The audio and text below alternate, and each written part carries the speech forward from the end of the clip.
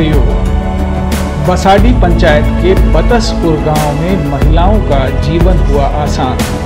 Pipe के जरिए लोगों को मिल रही बायोगैस। 50 घरों में गैस से पक रहा भोजन। परंपरागत ऊर्जा स्रोतों की हो रही बचत। नेट जीरो पर दिया जा रहा है जोर। गया की पंचायत बसाडी के बतसपुर गांव में एक नई ऊर्जा क्रांति आकार ले रही है। ये सब संभव हुआ है गांव के बाहर बनाए गए इस बायोगैस संयंत्र की वजह से। यह संयंत्र न सिर्फ वैकल्पिक ऊर्जा का स्रोत है, बल्कि इससे यहाँ के 50 घरों की ऊर्जा आवश्यकताएं भी पूरी हो रही हैं। ये बायोगैस पर्यावरण हितैषी है। इस क्रांति के वाहक यहाँ के उप प्रधान मनोरंजन प्रसाद समदर्शी हैं, जिन्होंने बिहार सरकार द्वारा चलाई जा रही कल्याणकारी योजना लोहिया स्वच्छ बिहार अभियान के तहत अप्रैल 2023 में 50 लाख रुपए की लागत से बायोगैस संयंत्र स्थापित करवाया।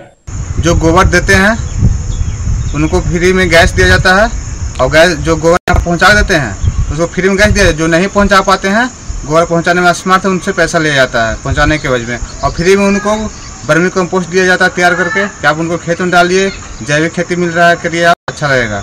इस संयंत्र का लाभ उठा रहे घरों की महिलाओं को खाना बनाने के लिए लकड़ी या गोबर के उपलों या फिर LPG रसोई गैस पर निर्भर नहीं रहना पड़ता है।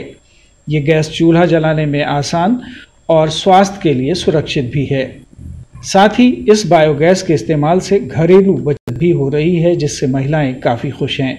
उनका कहना है कि पहले हमें लकड़ी जलानी पड़ती थी, जिससे धुआं बहुत होता था। अब इस बायोगैस से खाना बनाने में बहुत सुविधा हो गई है। सुविधा की गैस से अच्छा है, गोबर गैस से अच्छा है।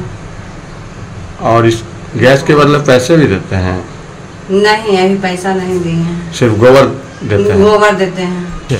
पहले था, अब तो ठीक है। तो इससे आराम है? पहले से आराम है। क्या चीज़ खाना बना रही हैं? गोबर गैस से आता है तो बनाते हैं, फिर गैस पर बनाते हैं। इस बायोगैस संयंत्र के लिए गांव के पशुओं का गोबर और अन्य जैविक कचरा इकट्ठा किया जाता है।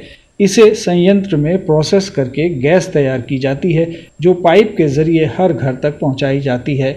इतना ही नहीं, बायोगैस संयंत्र से उत्पन्न होने वाली बायोस्लरी एक उत्तम जैविक खाद के रूप में उपयोग में आती है, जिससे फसलों की पैदावार में वृद्धि होती है। यहाँ के किसानों का कहना है कि बायोस्लरी हमारे खेतों के लिए बहुत फ़ायदेमंद है। इससे फसलें अच्छी होती हैं और हमें कम रासायनिक खाद का उपयोग करना पड़ता है। इस प्रक्रिया की सबसे खास बात यह है कि इसमें कृषि और घरेलू अपशिष्टों का निस्तारण और पुनर्चक्रण होता है, और इससे अपशिष्ट नहीं बल्कि पौष्टिक जैविक खाद भी मिल जाती है।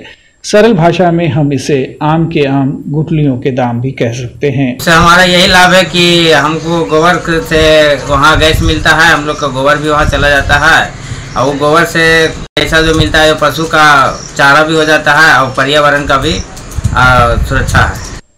गया के इस गांव ने बायोगैस संयंत्र के जरिए एक नई मिसाल कायम की है।